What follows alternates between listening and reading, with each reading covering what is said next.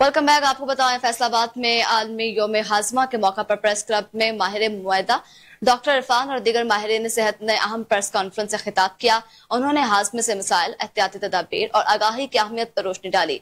इसी सिलसिले में मजीद जानते हैं फैसलाबाद से हमारे नुमाइंदे हाफिज नुमान से। जी नुमान, बताइएगा।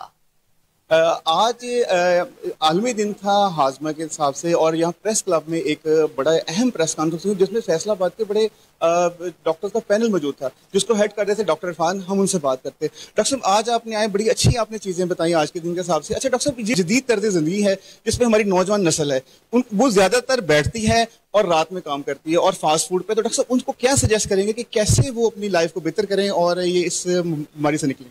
बिल्कुल आपने ठीक कहा कि हमारी नौजवान नस्ल पैदाइश से लेकर अपनी जवानी तक सिर्फ बैठने का काम करती है, और इसके सबसे बड़े जिम्मेदार पेरेंट्स हैं जो कि हाथों में मोबाइल सिर्फ अपनी जान छुड़ाने के लिए दे देते हैं।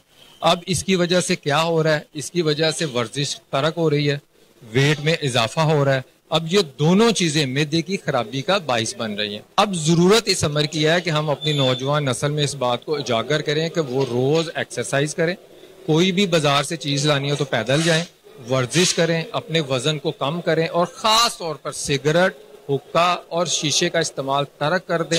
बहुत जबरदस्त सजेशन दी। अच्छा डॉक्टर साहब, ये जो निज़ाम इंतज़ाम की बीमारी है, कोई खास एज होती है, किसी भी एज में हो सकती है?